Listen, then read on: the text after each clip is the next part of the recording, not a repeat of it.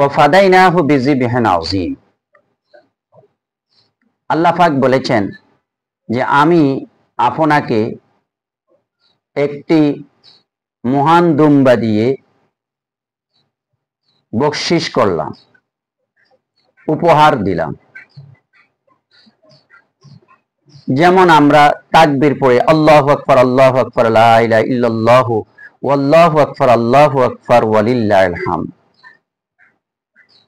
হযরত ইব্রাহিম আলাইহিস সালাতু ওয়াসসালাম যখন ইসমাঈল আলাইহিস সালাতু ওয়াসসালামকে জবাই করতে ছিলেন, উপু করে শোয়ায়ে ফেললেন, তখন আল্লাহ রাব্বুল আলামিন হযরত জিবরাইল আমিনকে বললেন, তুমি বেহেশত থেকে হাবিল যে কোরবানি করেছে ওই কোরবানিটা নিয়ে যাও।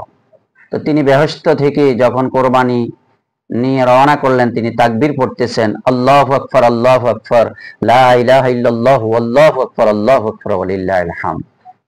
হযরত ইব্রাহিম খলিল উপরের দিকে তাকিয়ে দেখলেন যে জিবরাইল আমিন তাকবীর পড়তেছেন, তখন তিনি বললেন আল্লাহু আকবার আল্লাহু আকবার। হযরত ইসমাঈল এই যখন আল্লাহর এই প্রশংসা শুনলেন, তখন ইসমাঈল বললেন ওয়ালিল্লাহিল হামদ, যে সমস্ত প্রশংসা আল্লাহ তাআলার জন্য।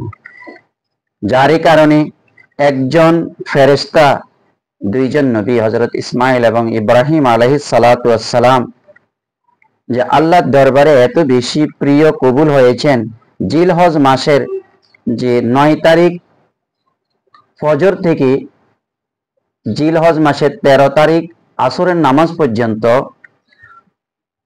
প্রত্যেক বালেগ পুরুষ ও নারীর উপর ফরজ নামাজের পরে এই তাকবীর বলাটা ওয়াজিব করে দিয়েছেন।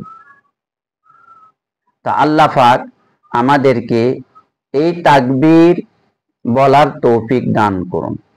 হযরত আলী রাদিয়াল্লাহু তাআলা আনহু সবচেয়ে বিজ্ঞ আলেম ছিলেন। তিনি বলেছেন যে তিনি এই আমল করতেন। জিলহজ মাসের 9 তারিখ ফজর থেকে 13 তারিখ আসর পর্যন্ত এই তাকবীর পড়তেন আল্লাহু আকবার আল্লাহু আকবার লা ইলাহা ইল্লাল্লাহু আল্লাহু আকবার আল্লাহু আকবার ওয়ালিল্লাহিল হামদ। কুরবানির ঈদে এটা উচ্চ আওয়াজে পড়তে হবে, যাতে মানুষ মুখরিত হয়ে যায় রাস্তাঘাট।